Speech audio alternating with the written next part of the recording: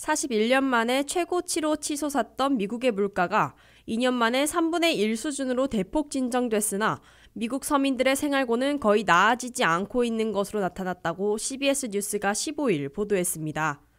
미국민 가구들에 대한 뱅크레이트의 최근 조사 결과 세 가구 중에 한 가구는 여전히 페이첵 투 페이첵, 즉 봉급수표로 근근히 살고 있다고 대답했습니다. 생활고를 호소하는 미국민 가구가 예전보다 줄어들지 않은 셈이어서 서민 생활고가 계속되고 있음을 보여주고 있습니다. 특히 미국의 소비자 물가는 2022년 6월 9.1%까지 치솟아 41년 만에 최고치를 기록했다가 2년 후인 지금은 3%로 3분의 1 수준으로 진정됐습니다.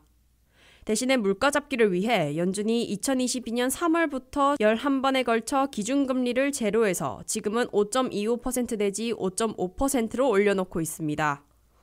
결국 미국 서민들은 물가가 크게 진정됐다는 정부 발표와는 달리 식품이나 렌트비 등 주거비, 교통비 등이 여전히 높아 체감하지 못하고 있는 데다가 고금리 고통만 가중돼 생활고를 해소하지 못하고 있는 것으로 풀이되고 있습니다.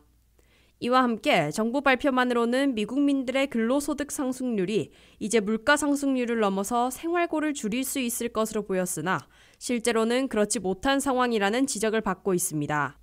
6월의 CPI 발표에서 미 근로자들의 임금은 연율로 3.9% 인상돼 물가 상승률 3%보다 높아졌습니다.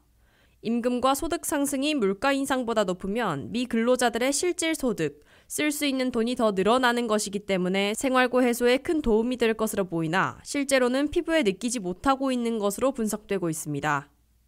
미국민 서민들이 매일 사야 하는 식료품 가격이 전체 평균 물가 상승률보다 높은 품목들이 많고 매달 내야 하는 렌트비 등 주거비와 교통비, 의료비 등은 여전히 올라 있기 때문입니다. 더욱이 자동차 보험료는 매년 20% 이상 3년 연속으로 급등하는 등 다른 비용 지출이 좀처럼 내리지 않고 있습니다. 미국 서민들은 생활 필수품을 사는데 팬데믹 이후 $1,000당 210달러, 즉 21%나 더 내고 있는 것으로 CBS 뉴스는 지적했습니다.